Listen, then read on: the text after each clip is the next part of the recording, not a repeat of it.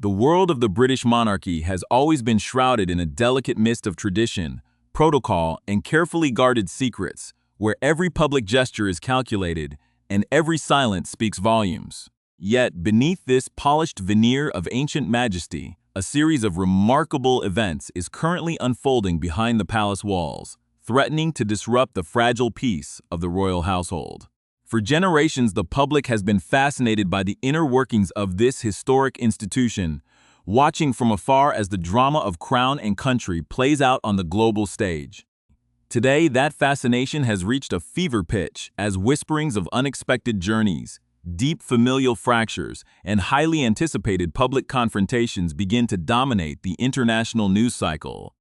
The modern era has brought unprecedented scrutiny to the lives of the royals, turning what once would have been private family matters into subjects of intense global debate and analysis. As the cameras prepare to roll on a series of explosive new revelations, the tension within the corridors of power is palpable, signaling that a major shift is on the horizon. To ensure you never miss an update on these rapidly developing stories, and to stay informed about every twist and turn within the House of Windsor, please take a moment to subscribe to our channel and turn on notifications, as your support helps us continue bringing you the deepest insights and exclusive coverage from the very heart of the royal world to truly understand the current state of unrest gripping the monarchy. One must look at the various threads that are simultaneously pulling at the fabric of royal stability.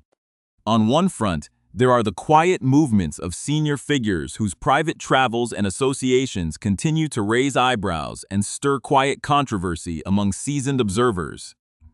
These journeys, often conducted away from the public eye on private aircraft and funded by wealthy foreign entities, suggest that certain members of the family are continuing to operate in a sphere far removed from the austere public service expected of them. Rumors of sudden, unexplained physical mishaps following these trips only add to the sense of mystery and intrigue surrounding their private lives,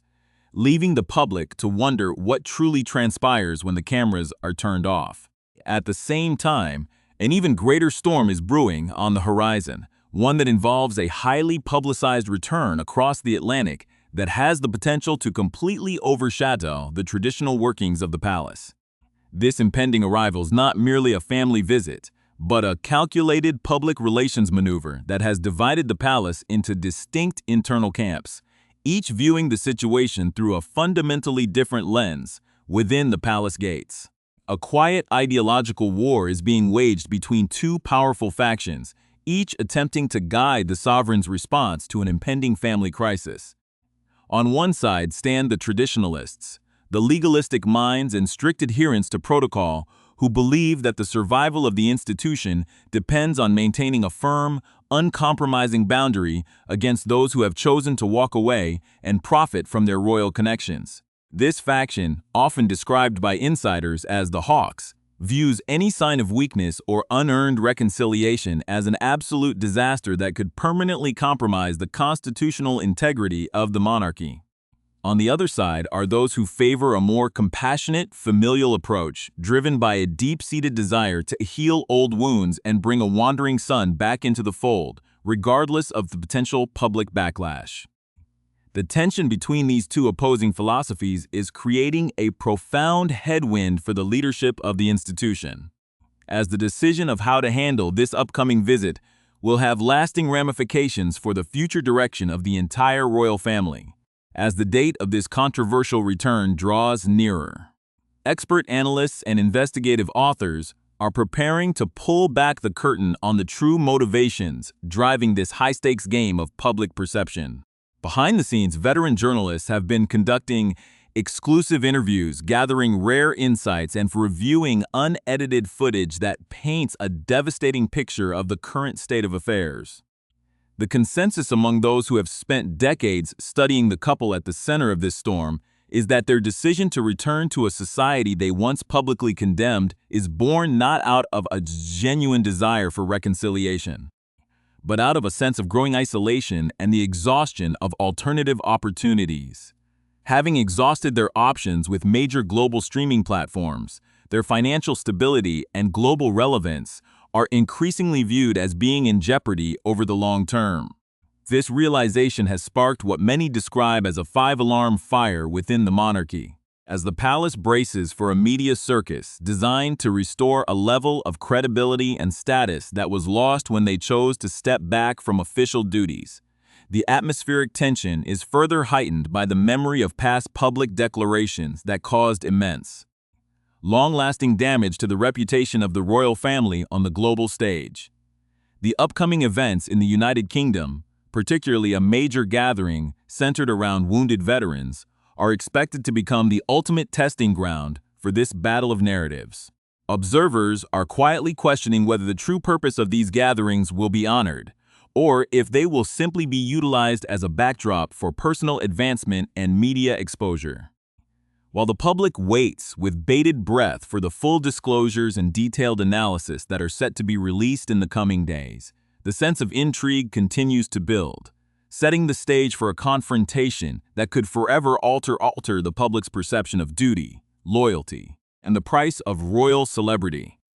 The unfolding drama surrounding the British royal family has now entered a critical phase, as details regarding the private conduct of its members and the strategic calculations of the Sussexes begin to merge into a single highly volatile narrative. While the public focus remains heavily fixed on the impending cross-Atlantic return of Prince Harry and Meghan Markle, a parallel controversy has quietly erupted concerning Prince Andrew. Recent investigations have exposed that the Duke of York, despite being stripped of his official titles and public duties, has not been enduring a quiet, modest retirement at his country estate. Instead, investigative findings revealed a secretive 3-day excursion that took place at the end of May, when the prince boarded a luxury private jet from Norwich Airport to Dinard Airport in Brittany, France. This entire luxury trip was completely arranged and financed by his wealthy host, Mohammed Bakr, a prominent trade ambassador for the United Arab Emirates. This connection is particularly striking given that Prince Andrew himself once occupied a highly similar official trade envoy role for the United Kingdom, raising serious questions about the nature of his continued high-level international associations. The specifics of this French journey have sent shockwaves through royal observation circles, as it highlights a lifestyle completely disconnected from the traditional notions of public accountability. During his stay in the picturesque and historic coastal region of Brittany, the prince was treated to full luxury service, exquisite dining, and lengthy excursions at a prestigious stud farm near St. Malo, enjoying the absolute peak of foreign hospitality. However, the mystery deepened significantly when Prince Andrew returned to British soil on the evening of Monday, the 1st of June, only to be spotted by photographers just a few days later, sporting a massive, highly visible dark bruise across his eye. While speculation immediately mounted as to what exactly transpired during his time in France, the response from the British state apparatus was total, unyielding silence. This complete lack of official action or investigation has left the public profoundly disillusioned, confirming for many that despite the severe damage done to his reputation and standing, certain members of the royal family remain permanently shielded from any true consequence or legal scrutiny,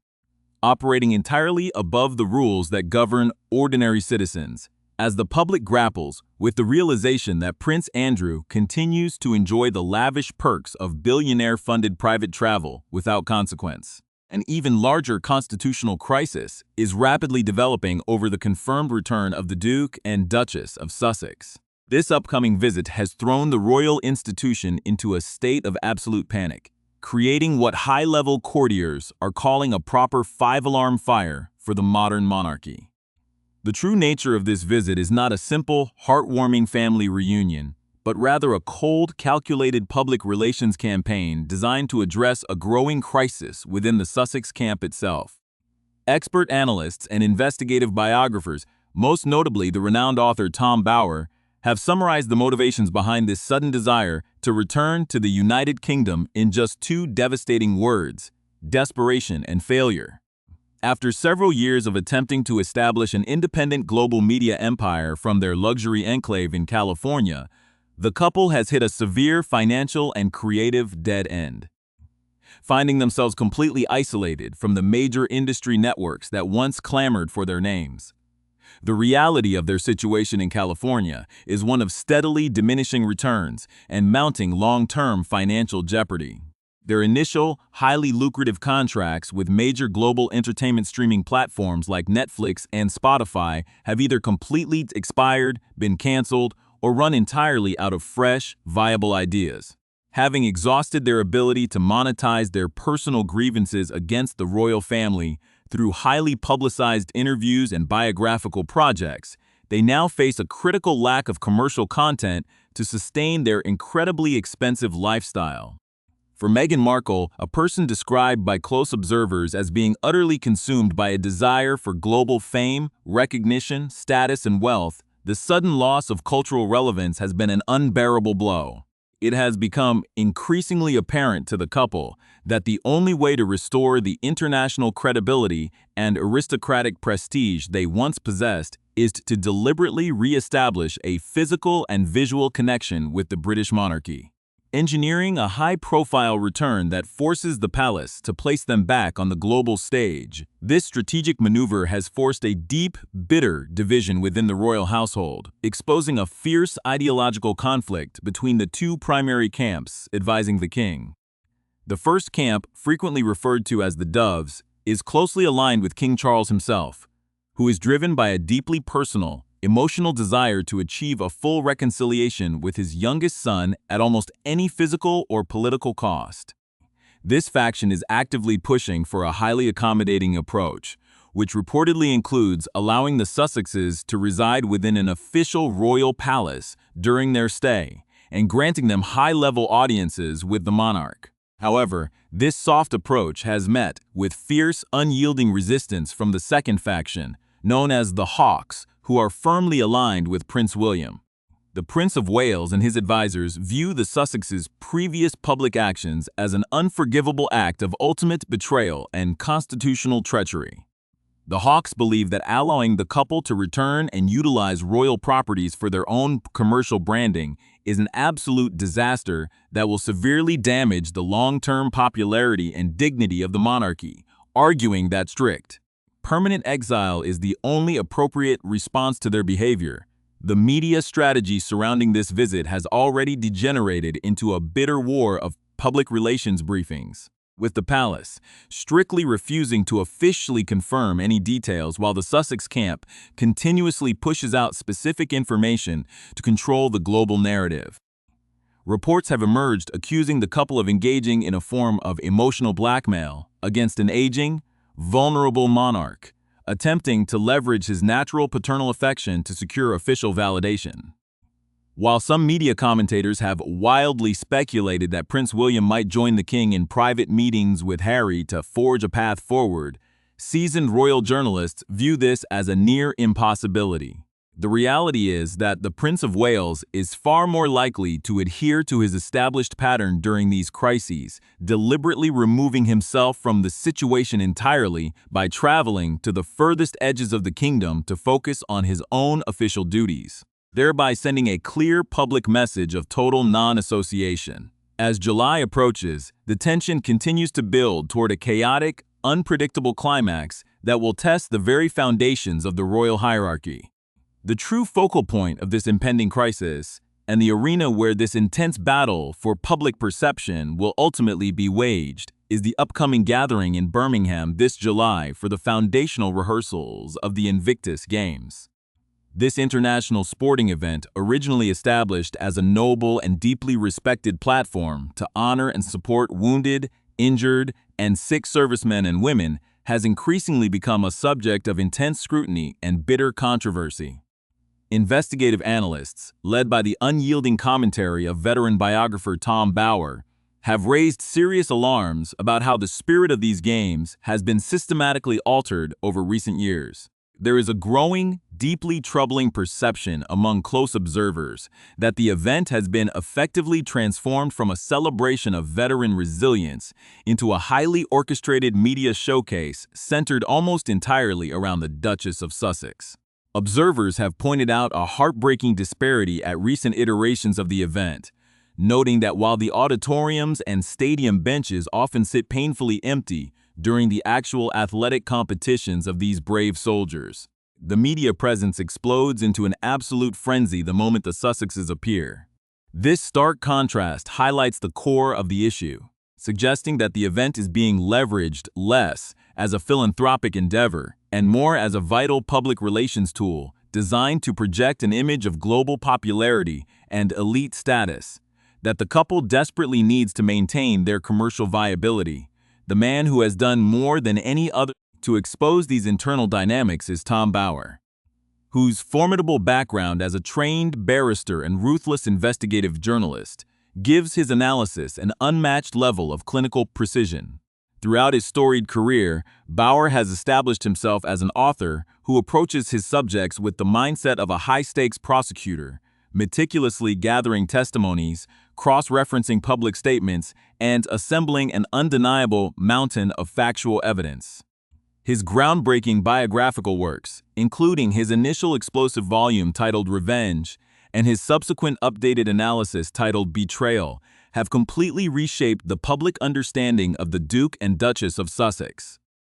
Bower makes absolutely no apologies for his partiality, openly operating with a legalistic determination to expose what he identifies as a calculated pattern of institutional exploitation and personal entitlement. In his writings, he has successfully brought forward critical inside perspectives, including highly revealing insights from prominent figures such as corporate Sir Sophie Chandauka, which paint a devastating portrait of behind-the-scenes petulance, high-handed arrogance, and an unyielding demands for luxury accommodations, including private jet travel, wherever the couple goes. This uncompromising approach to investigative reporting has earned him a massive, dedicated following among royal traditionalists who view his work as a vital defense of the monarchy against modern commercial exploitation.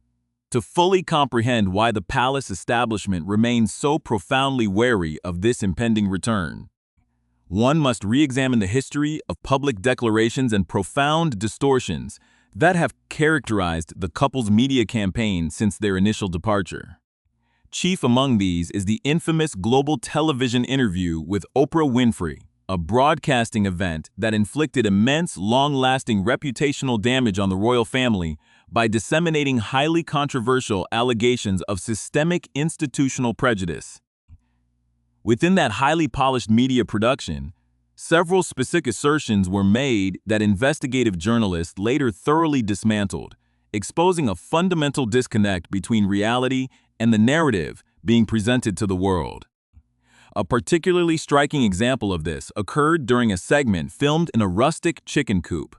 where the Duchess confidently claimed that she and Prince Harry had actually been legally married in a secret, intimate ceremony in their backyard by the Archbishop of Canterbury, Justin Welby, 3 full days before their multi-million-pound official royal wedding spectacle. This claim was later completely debunked by legal documents and official statements confirming that the backyard gathering was merely a private exchange of personal vows, as a legal British marriage requires witnesses and a designated public venue. The willingness to present such an easily disprovable story to a global audience of 2 billion viewers exemplifies the type of narrative manipulation that has left the Palace Hawks entirely unwilling to trust any future assurances or olive branches extended by the California-based couple. The ultima tragedy of this developing constitutional crisis lies in the complex, deeply eccentric personality of King Charles himself, whose unique behavioral traits and paternal vulnerabilities are currently guiding the sovereign's response to this immense pressure. In his earlier, definitive biography of the monarch titled Rebel Prince and later reissued as Rebel King, Tom Bower provided an extraordinary, deeply intimate look into the inner life and personal habits of the man who now wears the crown. The book famously detailed the king's intense, almost feudal level of personal luxury and aesthetic perfectionism, noting how he frequently insists that his personal artworks, orthopedic bedding, and specific organic food supplies be shipped far ahead of him in automated transport trolleys whenever he travels to stay at the country estates of close friends. Furthermore, the biography illuminated a man deeply ruled by his emotions and artistic sensitivities, famously recounting an incident where the then prince repeatedly delayed his arrival at a scheduled engagement. finally explaining his absence by stating that he was simply unable to abandon the sunlit splendor of his magnificent gardens. It is precisely this deeply emotional, non-confrontational nature that the palace traditionalists fear most in the current climate. As they worry the king's overwhelming desire to achieve a personal reconciliation with Prince Harry will blind him to the severe long-term constitutional dangers of granting them an official royal platform. If the sovereign ultimately